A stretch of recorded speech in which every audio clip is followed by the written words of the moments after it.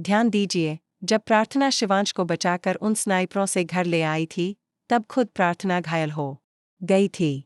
अब जब प्रार्थना शिवांश को बचाने में जख्मी हो चुकी है, तो शिवांश का भी फर्ज बनता है कि वह उसका साथ निभाए। दोनों को एक दूसरे के करीब आता देख बुआ माँ अंदर ही अंदर काफी गुस्से में रहती हैं।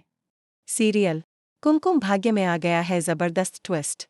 प्रार्थना ने उन स्नाइपरों से शिवांश को बचा तो लिया और घर ले आई, लेकिन इस दौरान खुद को गंभीर चोटें आ गईं। वह बहुत वीक भी हो गई क्योंकि जब हॉस्पिटल में गनमैन सभी को टॉर्चर कर रहे थे, तो प्रार्थना मजबूरी में बाहर निकल आई और उस गुंडे के ऊपर अपना कुमकुम भाग्य यानी सिंदूर फेंक दिया। इससे गुंडा पहले तो घबरा गया, लेकिन बाद में बुरी तरह गुस्से में आ गया और प्रार्थना पर हमला कर दिया। लेकिन भगवान की कृपा से शिवांश को होश आ जाता है और वह प्रार्थना को बचाने के लिए उन गुंडों से भिड़ जाता है।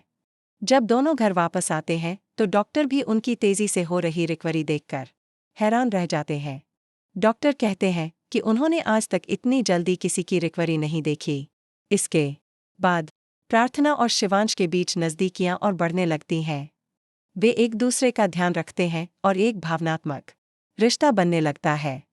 बुआ माँ लाख कोशिशों के बावजूद शिवांश को प्रार्थना से दूर नहीं कर पाती। जब प्रार्थना रेस्ट मोड में होती है और होश में आती है, तो शिवांश उसकी दवाई लेकर उसके सामने पहुंचता। पहले तो प्रार्थना शॉक हो जाती है, लेकिन फिर शिवांश उसे गले लगा लेता है। यह देखना दिल को छूने वाला होगा।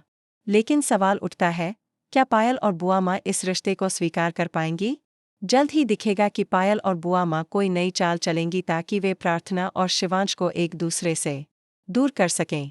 अब शिवांश को प्रार्थना पर पूरा विश्वास हो चुका है और जल्द ही उसे यह भी पता चलने वाला है कि रौनक जान चुका है कि शिवांश रंधावा कोई और नहीं बल्कि उसकी माँ की पहली शादी का बेटा है, यानी उसका बड़ा भाई।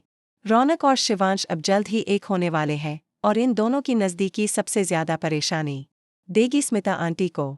जब स्मिता आंटी का सच रौनक और कांत जी के सामने आएगा, तो वह अपने अतीत को लेकर काफ़ी डरने लगेगी। प्रार्थना चाहती है कि शिवांश अपनी माँ को माफ़ कर दे, क्योंकि उन्होंने इस बीच कोई गलत कदम नहीं उठाया। लेकिन शिवांश जानता है कि उसके जेल जाने के पीछे भी उसकी माँ स्मिता जी का ही हाथ था। अब जब स्मिता का सच रौनक के सामने आ चुका है, तो वह जल्द ही शिवांश से मिलेगा और शिवांश व रौनक आपको एक साथ नजर आएंगे। रौनक अपनी भाभी यानी प्रार्थना से माफ़ी भी मांगेगा। तो दोस्तों, क्या आपको लगता है कि प्रार्थना अब सच में शिवांश के साथ रहने वाली है? क्या रौनक सच में प्रार्थना को भुला पाएगा? क्या प्रार्थना और रौनक की पुरानी बातें अब शिवांश को परेशान नहीं करेंगी? क्या शिवांश अब प्रार्थना से सच्चा प्यार करने लगेगा? आपको क्या लगता है? हमें कमेंट करके ज़रूर बताएं। और ऐसे ही धमाकेदार ट्विस्ट जानने के लिए चैनल को अभी सब्सक्राइब करें।